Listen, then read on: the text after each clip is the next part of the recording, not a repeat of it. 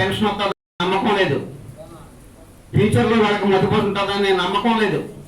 ఏ corporate సంస్థ ఎవరికి కూడా ఇవాళ డబ్బులు వాళ్ళకి ఎవరికి పెన్షన్ లేదు.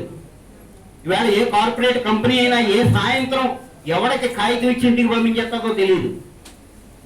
ఎంత దుర్మార్గమైన చట్టం అంటే చూడండి. ఇవాళ సాయంత్రం 3 నెలలు జీతంతో చెక్ ఇచ్చి వాడికి మెయిల్ పెట్టేసి మళ్ళీ ఉదయం 10 గంటల కాడికి రావద్దని చెప్తున్నారు. అలా రావద్దన్నా వాడిని ఉద్యోగం నిలుపుకోవడానికి కావాల్సినటువంటి సౌకర్యం కోర్టులో ఎదుర్కోవడానికి కూడా కోర్టు హక్కు లేకుండా పోయింది ఈ దేశంలో. ఈ దేశంలో కాదు, ప్రపంచవ్యాప్తంగా అదే జరుగుతుంది.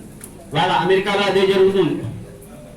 అంటే ఒక పక్కన పెద్ద ఎత్తున ప్రభుత్వ సంస్థల్ని ప్రజల సంపదని లూటీ చేయడం, రెండవ పక్క ఎదుగుతున్న యువతకు కావాల్సినటువంటి ఉద్యోగ ఉపాధి అవకాశాలు లేకుండా అతి చౌకైనటువంటి లేబర్ని సృష్టించడం, వీటిని కార్పొరేట్లకి అంటగట్టడం, ఇదే ఈ దేశాల్లో జరుగుతున్నటువంటి పరిస్థితి. ఇది మారాలి అంటే ఒకటి మన పోరాటం శరణ్యం, 2 పాలకవర్గ విధానాలు మారాలా.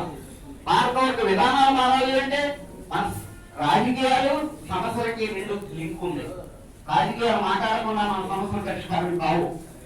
వారి దేశంలో ఉన్నటువంటి బీజేపీ, కాంగ్రెస్ తో సహా అన్ని కూడా ఈ దేశంలో నూతన ఆర్థిక విధానాలను తీసుకొచ్చాయి. 30 సంవత్సరాల తర్వాత వారు చూడండి ఎంత అధోగతి పాలైపోయిందో దేశం చూడండి. ఒక పక్కనే 5 ట్రిలియన్ల ఆర్థిక వ్యవస్థతో ప్రపంచంలో 3వ దేశంగా ఉంది అని ఒక పక్క చెప్తున్నారు.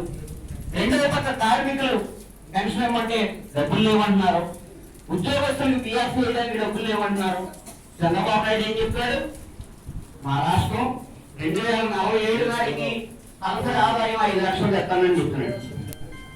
2047 నాటికి తలసరి ఆదాయం 5 లక్షలు తెచ్చేవాడు మరి ఇవాళ ఏం చేస్తాడు? అంటే రాష్ట్రం బాగా సంపన్నంగా ఉండాలా, పరిశ్రమలు పెట్టుకోవాలా, ప్రభుత్వ భూములన్నీ వాళ్ళు సొంతం చేసుకోవాలా, కానీ అలా పనిచేసేట వాడికి జీతం ఇవ్వడం, కనీస వేతనాలు అమలు జరపడం, 10 ఏళ్ళ నుంచి వేతన ఒప్పందాలు ఎక్కడా కూడా రివైజ్ చేయబడలేదు, కనీస వేతనాలు అమలు జరగలేదు.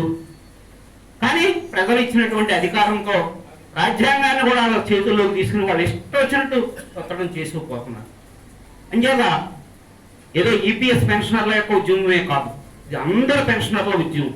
అందరూ రోడ్డు మీదకి రావాలా, అందరూ నినదించాలా. నినదించిన నాడే ఒక దళం పైకి వెళ్తుంది, మాట్లాడే అవకాశం ఉంటుంది. 4 సంవత్సరాల వరకు ఈ పోరాటాలను మనం తీసుకెళ్దాం. 4 సంవత్సరాల తర్వాత ఆనాడు దేశంలో ఉన్న పరిస్థితులు, సామాజిక పరిస్థితులు ఎలా ఉంటాయో ఆనాడు ఉన్నటువంటి పరిస్థితులను బట్టి చేద్దాం. కాబట్టి అంతిమంగా నేను మీ అందరికీ విజ్ఞప్తి చేసేది ఏంటంటే, ఏ ఉద్యోగస్తులైనా ఏ పెన్షన్ అయినా ప్రభుత్వ విధానాలు